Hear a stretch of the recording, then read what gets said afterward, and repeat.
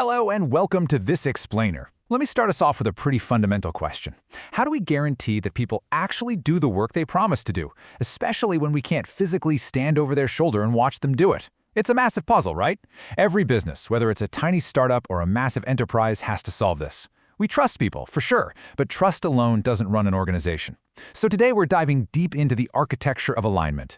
We're going to break down how we actually sync up what we want with what gets done and why human psychology makes the whole shebang so incredibly difficult. Here's our roadmap for today. We're covering 4 key areas: the basics of alignment, managing from afar, solving the moral hazard, and finally, the future of motivation. We'll be taking a really fascinating journey from the absolute micro level of a single freelancer's contract all the way up to macroeconomic Harvard business theory. Okay, Section 1, the basics of alignment.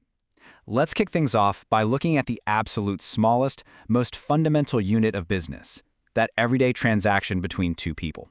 At the ground level, alignment is really all about one thing: preventing mismatched expectations. Imagine this. A student designer is hired to create a departmental event flyer.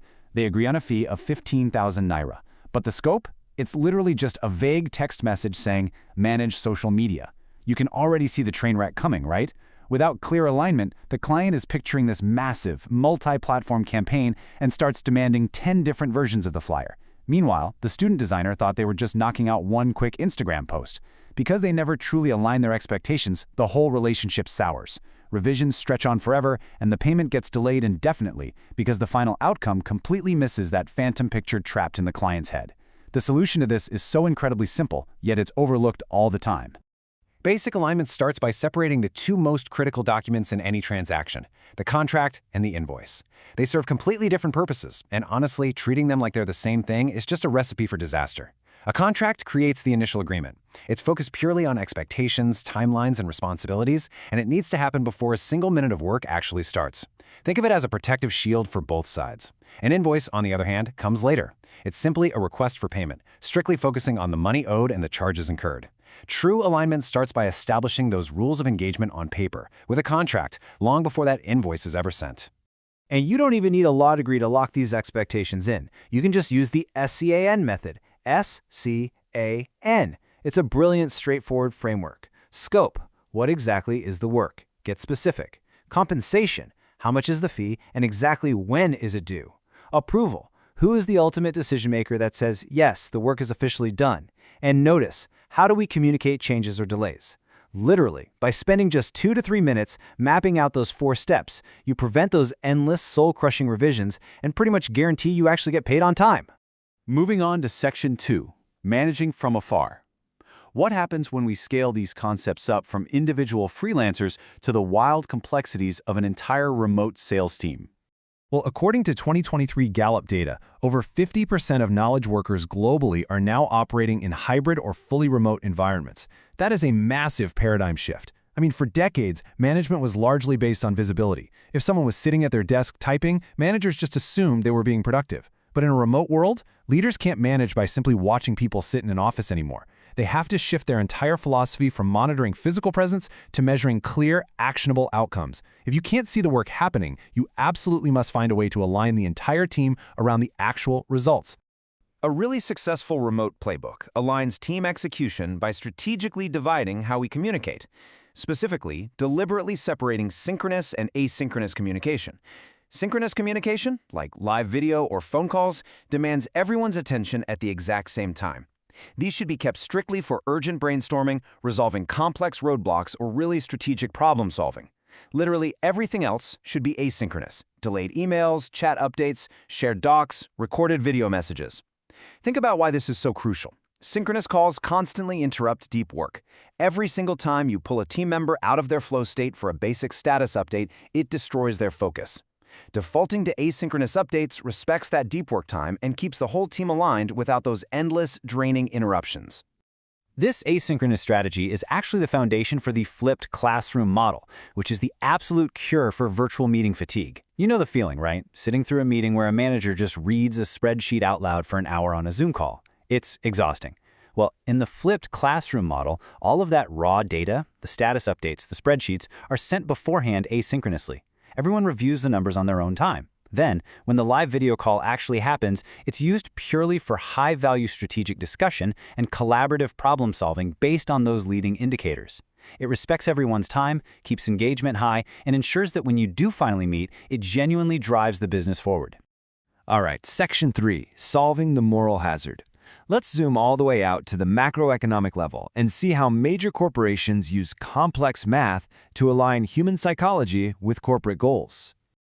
Did you know U.S. organizations spend a staggering $200 billion every single year purely on sales compensation? Just think about the sheer scale of that number. That's $200 billion entirely separate from their marketing budgets, advertising, or product development.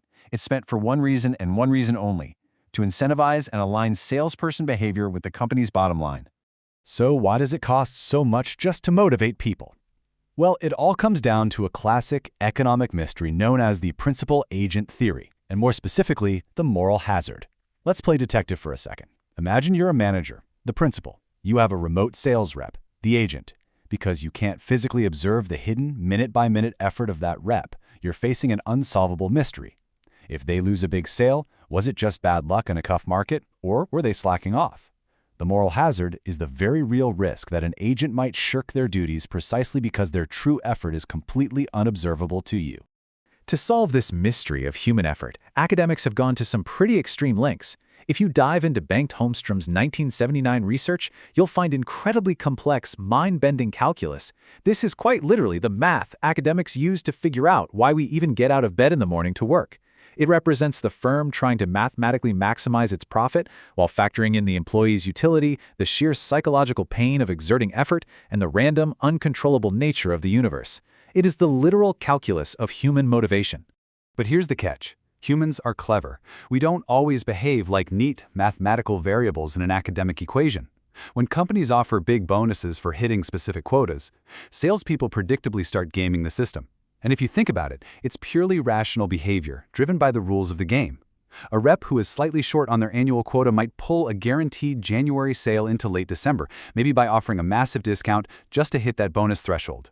Conversely, if they've already hit their target for the year and maxed out their bonus, they'll just push a December deal into January to get a head start on next year's numbers. This constant manipulation of transaction timing is exactly why companies are forced to continually invent more and more complex compensation formulas. And to complicate things further, research clearly shows you can't motivate everyone the exact same way. Human psychology is just too diverse. High performers thrive on large, annual stretch goals with absolutely zero caps on their commission. The sky is the limit, and that motivates them to hunt massive deals. But if you give those same massive, year-long goals to lower performers or newer reps, the psychology totally backfires. They get overwhelmed, fall behind early, and simply give up. Lower performers actually need granular, frequent, short-term goals like monthly or quarterly bonuses to keep them on pace and build momentum. Because of this, a single unified compensation plan rarely ever fits an entire heterogeneous sales force. Which brings us to Section 4, the future of motivation. Where do we go from here? Let's look at how the rapid evolution of technology is fundamentally altering how we measure work and motivate our teams. Historically, because measuring a person's actual qualitative effort was far too difficult and subjective, companies relied purely on outcome-based tracking. They simply measured the end results: revenue generated, units sold. Did you hit the number or not? But today, the massive shift to digital inside sales generates mountains of unstructured data on every single interaction, and this is allowing companies to shift toward behavior-based tracking. Instead of just looking at the final sale, they can actually evaluate a salesperson's underlying product knowledge, the quality of their communication, and the day-to-day strategies they're employing. And this brings us to the absolute cutting edge: artificial intelligence and machine learning. AI can now process the massive amounts of unstructured text, speech, and video data generated from everyday sales calls. It can literally capture the multidimensional effort a person puts in. For example, AI can analyze a representative's tone of voice, track the frequency of specific empathetic keywords, and measure how much they listen versus how much they talk to predict win probabilities with incredible accuracy. It can even automate complex quota adjustments in real time. This ensures that top performers aren't unfairly penalized with impossible goals the following year just because they had one really great run. It's a real game changer. Which leaves us with a final, really provocative question to think about.